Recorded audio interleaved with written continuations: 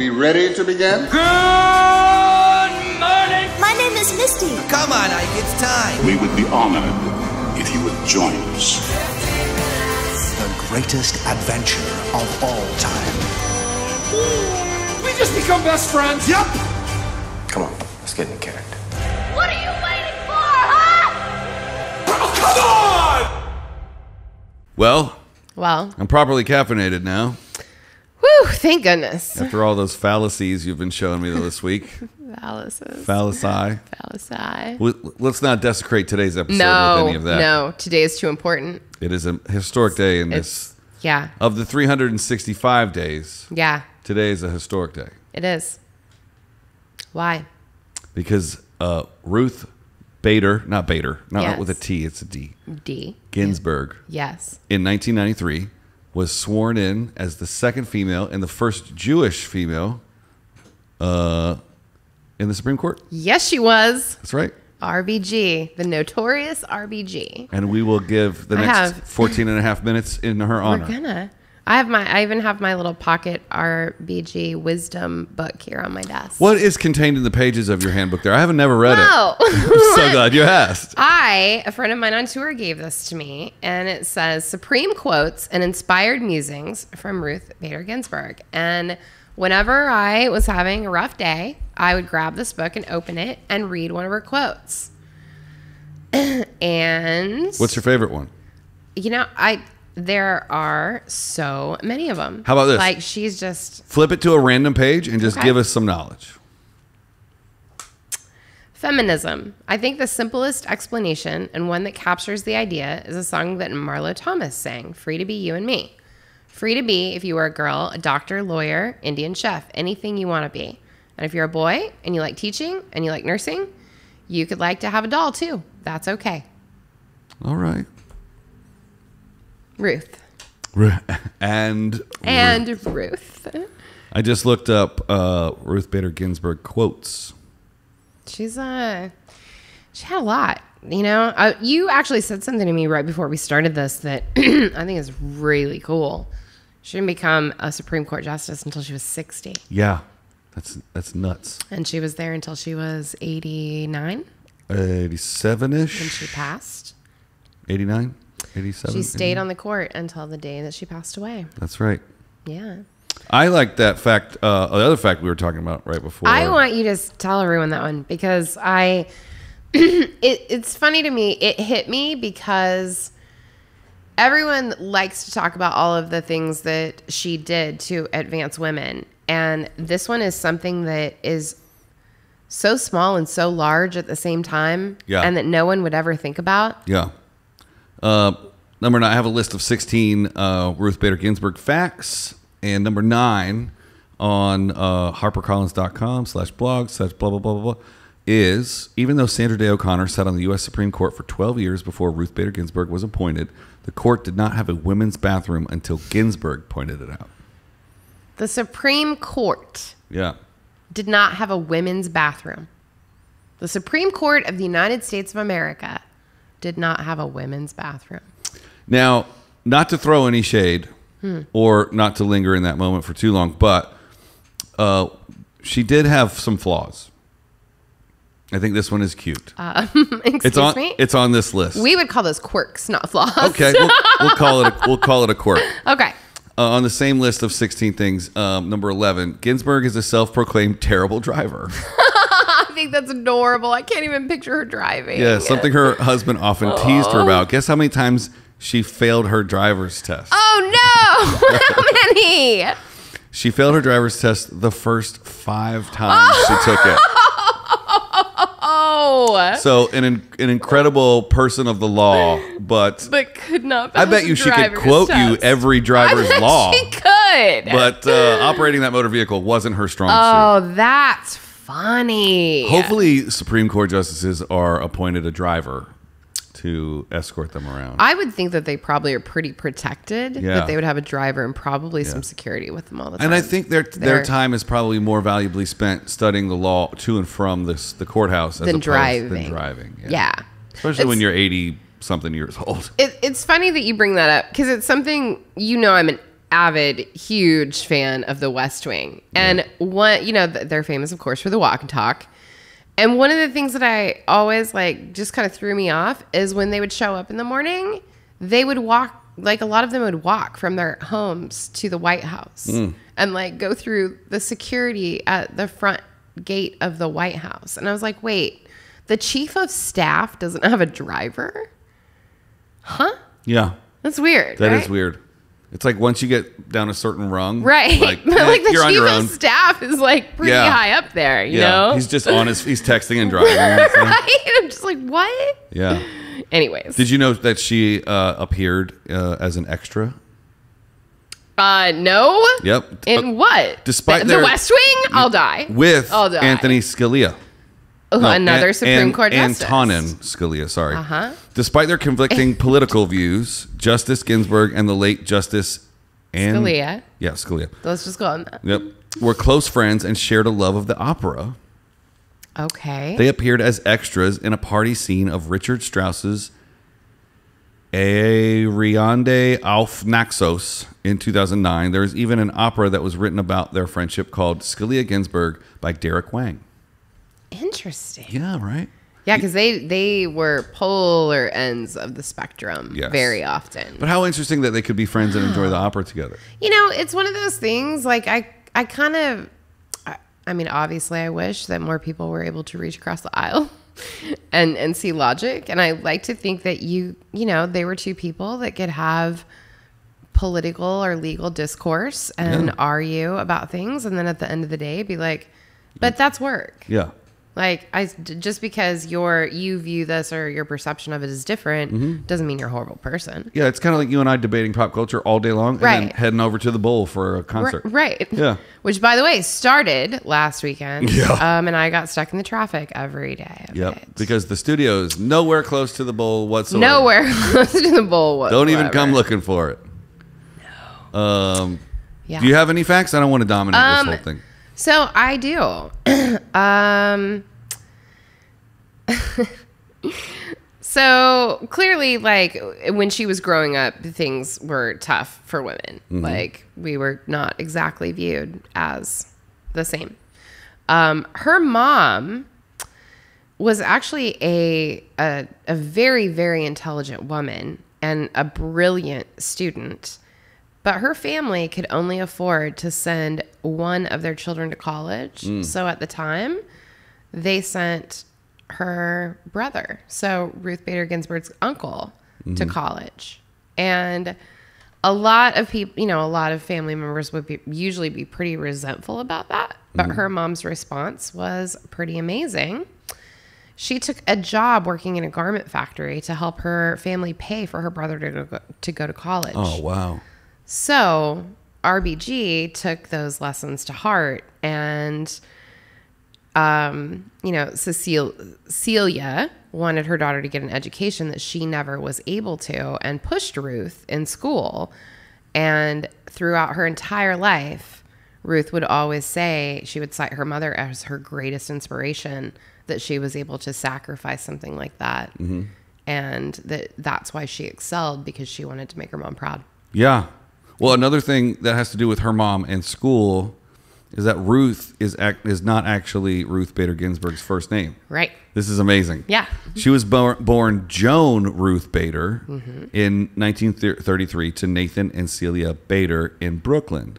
When it was time to enroll her daughter in school, Celia Bader learned that there were a number of girls named Joan in the class. So they opted to call her Ruth to avoid confusion. Yep. That's some pretty forward thinking, like giving her own identity and like letting her be an individual. That's pretty great. Do you know she met her husband in college at Cornell, and they were together from the day that they met until the day that she passed? Well, the only reason I know that is because I have another fact here about while they were in college together in law school, he got cancer. Right. Well, and she had a newborn. Right. So she was taking care of him and the newborn and helping him catch up on his studies and her own studies. So she did eventually get to go to college, which I think is implied by the fact that she's a federal court judge. Yeah. But her mom put her through college by herself. Yeah. That's amazing. Yeah. So he beat cancer, I guess. He did. With her help. He did. Yeah. Yeah. She once lost a job because she was pregnant. Is this the one where she was wearing baggy clothes to hide her pregnancy? Yes. She made the mistake of mentioning she was pregnant to another employee, and she was working at the Social Security Administration. Oh. And they figured that a pregnant woman wouldn't be able to do her job nearly as well, so they demoted her and cut her pay. Wow. And that was her first experience with discrimination in the workplace. It's insane. I'm going to read this cold to see if it's the same thing. It could be a second one. But Ruth Bader Ginsburg knows firsthand the struggles of mothers in the workplace. In fact, when she learned that she was pregnant with her second child, she wore baggy clothes until her contract as a professor at Rutgers University Law School was renewed out of concern for discriminatory employee practices. Yeah, that was the second time. Second, wow. Yeah. That's insane. Can we flash onto my screen so I can show you how cute she was? Look at that. Look at her. Cutie. Wasn't she cutie? Yeah. Like, is there a picture of her and her husband and their kids when they're, I'll look it up, when they're grown? Yeah, I don't know. Yeah, not sure. So really funny. Her husband was the domestic one. They spent 50 happy years together. He gave the simple answer when asked how they made it work. My wife doesn't give me any advice about cooking, and I don't give her any advice about the law. That's insanely funny. Isn't that great? Yeah. Apparently, he was an amazing chef, and any of Ginsburg's law clerks could always expect homemade cake from him on their birthdays. Look at that. How domestic is that? That's insane. There they are. Yeah. Look at them. Here's a bunch. Here's them early on. Here's the whole family. If you're just Cutest. watching. If you're just listening, go ahead and check it out on the If you're just YouTubes. listening, just know they're the cutest. Yeah. I'm trying to find an old school picture. Just so tiny. She was only 5'1". Wow. Yeah. So when she started law school at Harvard, she was one of only 9 women in a class of over 500. Wow. Yeah. Martin took a job in her hometown, so she transferred to Columbia. And that allowed her to earn one of the countless firsts in her life. She was the first woman ever to be on 2 major law reviews, the Harvard Law Review and the Columbia Law Review. She graduated first in her class. Of course she did. Yeah. Yeah. Of course. Yeah. And then nobody would hire her. After she graduated, she was the top student in her class, glowing recommendations, shoo-in to land a job as a clerk with the Supreme Court Justice, and they all turned her down because she was a woman.